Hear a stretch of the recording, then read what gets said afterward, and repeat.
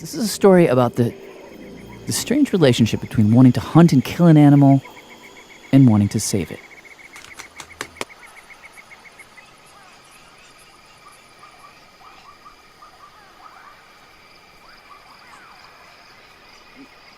If it weren't for us, if it weren't for the hunters, the animals would not be alive. Without us hunting them, they would go extinct. I got that line over and over again. There would be no animals other to hunt. Basically what they mean by this is they are the ones that are paying to keep these animals around. They are the ones who are funding conservation. How does the conservation angle work exactly? So basically how this works is each state has an agency that's responsible for managing its wildlife. Yes! And so if you're a hunter, you basically have to buy a tag from that state agency in order to shoot just about any animal.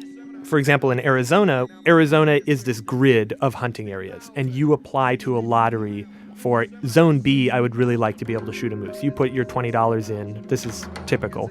And 60,000. If your name comes up, you get your tag for $20. But it's possible that you're not going to get one, and sometimes you have to wait 10 or 20 years, especially for these big game animals. 67 and a half. So what these agencies do, $70,000. they set aside a certain number of these tags every year, which are called conservation tags. And what these conservation tags are is like, if you just give a bunch of money right now, I did not see this coming. You have free range to do what you want. Hop the line, shoot the animal you want, no waiting. $80,000, he did it. He freaking did it. And then all that money goes back to those state agencies for land management, habitat restoration. Like, we're talking millions of dollars that get raised this way. The Dallas Safari Club. They were auctioning off an opportunity to hunt a black rhino in Namibia. The Namibian Ministry of Environment and Tourism had given them one tag to hunt one black rhino, and they were going to auction it off. Now, the black rhino is a critically endangered species. There are about 5,000 of them in the world, about 2,000 in Namibia.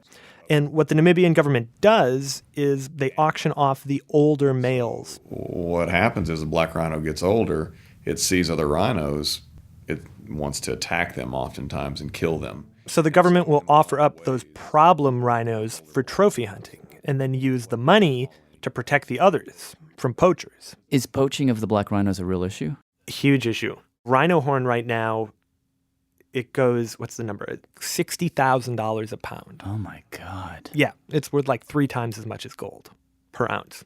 Damn. In any case, he said, you got to keep in mind that living next to a black rhino, not just talking about it, but actually living next to a black rhino, it's a nightmare. I mean, who wants to live next door to a raging psychopathic beast that's killing things? No one. So in just very purely economic terms, it has a negative value. But what Corey will tell you, and what conservation organizations like World Wildlife Fund and various others will tell you, is by him paying $350,000 to shoot one, he is creating a positive value for that animal. He's creating jobs for game wardens. He's creating jobs for trackers. So you got to look at the net benefit. Andre and Estelle Swanepoel own the Aru Game Farms, which are a series of huge swaths of land that they've fenced in. In total, they have like over 200 square miles of land that actually used to be filled with cattle. And 15, 16 years ago, we converted into a game farm. Basically, they decided to get rid of all the cattle and bring in all these animals. They've got giraffes, they've got 2 different species of zebra, wildebeest, artebeest. In all, they've got 29 different species, including... How many black rhino are on the property here? Up until about 3 weeks ago, there were 10, and now we've got 11. So one of the hunting guides, Steph Joubert at the Aru Game Lodges in Namibia, told me that they actually just had a rhino born on the property, and in fact, they've had several throughout the years born on this property. The numbers show that this Namibian model is working.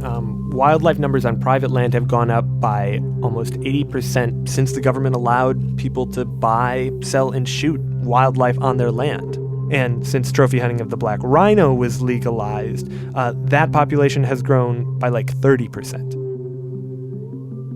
But front of my face. Not all African conservationists are on board. I talked to a guy named Richard Leakey, a super famous anthropologist, who also directed Kenya's wildlife program for a while.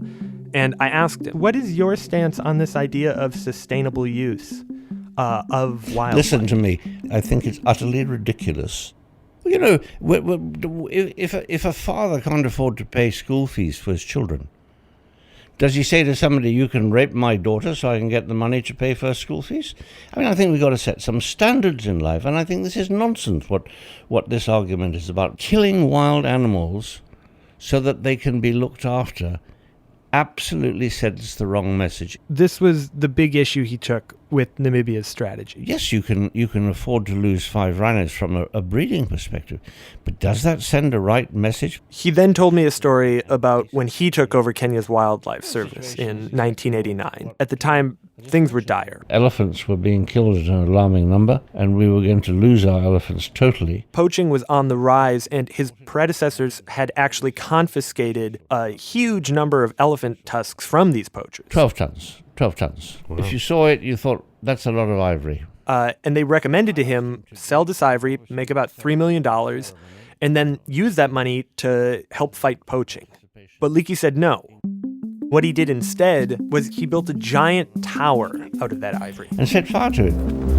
Millions of dollars in ivory taken by poachers, burned. More than 12 tons of contraband elephant 12 tons of illegally poached ivory worth several $1 million.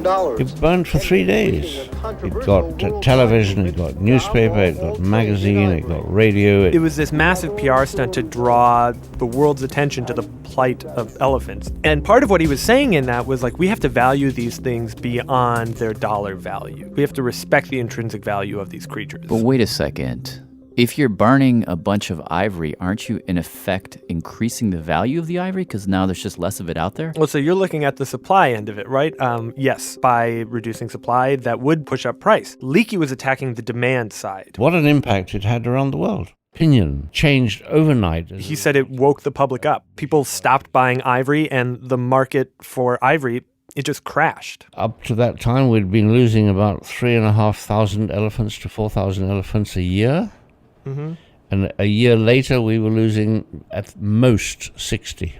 Really? It had an enormous impact, my friend. Getting a public that supports conservation of wildlife, that's a huge challenge, and we just can't afford, I think, to send out the wrong messages.